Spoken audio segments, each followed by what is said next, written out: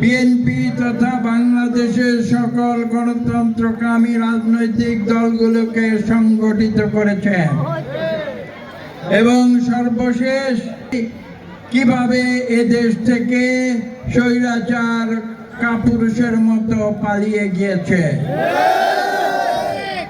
তৎপরবর্তীতে এদেশে একটি অন্তর্বর্তীকালীন সরকার গঠিত হয়েছে, যারা বিভিন্ন সংস্কার প্রক্রিয়ার মধ্য দিয়ে আজকে সর্বশেষ পর্যায়ে আমরা উপনীত হয়েছি এবং সেই পর্যায়ে আমরা অপেক্ষা করছি একটি সুষ্ঠু নিরপেক্ষ নির্বাচনের জন্য। এই সুষ্ঠু নিরপেক্ষ নির্বাচনের মধ্য দিয়ে বাংলাদেশের গণতন্ত্র ফিরে আসবে।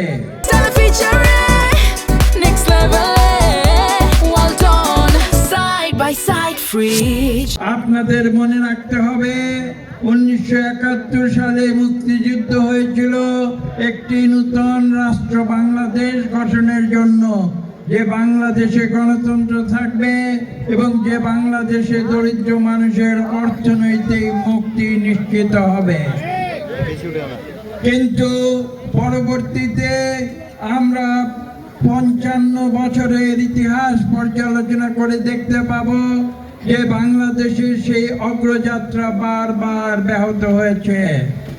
1975-এর 7 নভেম্বরে সিপাহী জনতার বিপ্লবের পরে শহীদ প্রেসিডেন্ট জিয়াউর রহমান পুনরায় বাংলাদেশে বহুদলীয় গণতন্ত্র ফিরিয়ে এনেছিলেন এবং 90-এর ছাত্র জনতার আন্দোলনের ফলশ্রুতিতে বেগম খালেদা জিয়া বাংলাদেশ থেকে স্বৈর সেনা শাসককে হটিয়ে দিয়ে এদেশে পার্লামেন্টারি গণতন্ত্র ফিরিয়ে এনেছিলেন এবং সর্বশেষ আমি ইতিমধ্যেই বলেছি কেন তারেক রহমান সাহেব তিনি বিগত 2024-এ জুলাই আগস্টের আন্দোলনের পূর্ব পরিস্থিতি সৃষ্টি করেছিলেন, যার ফলশ্রুতিতে আমরা এদেশে বিপ্লব সংগঠিত করেছি।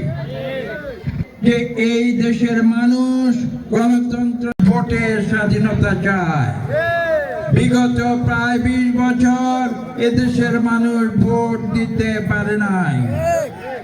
কাজেই আগামী 12 ফেব্রুয়ারি ইনশাআল্লাহ আমরা ভোট কেন্দ্রে গিয়ে আমাদের নিজেদের খুশি মতো আমরা যাকে খুশি তাকে ভোট দেব এবং আমরা ধানের শীষে আমরা ভোট দিয়ে বাংলাদেশে গণতন্ত্রকে ফিরিয়ে আনবো ইনশাআল্লাহ।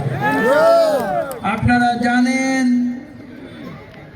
বিএনপি এমন একটি রাজনৈতিক দল যে দলটি সৃষ্টি করেছিল আমাদের স্বাধীনতার ঘোষক আমাদের শহীদ প্রেসিডেন্ট জিয়াউর রহমান এবং এই বিএনপি নতুন একটি ধ্যান ধারণা সৃষ্টি করেছে।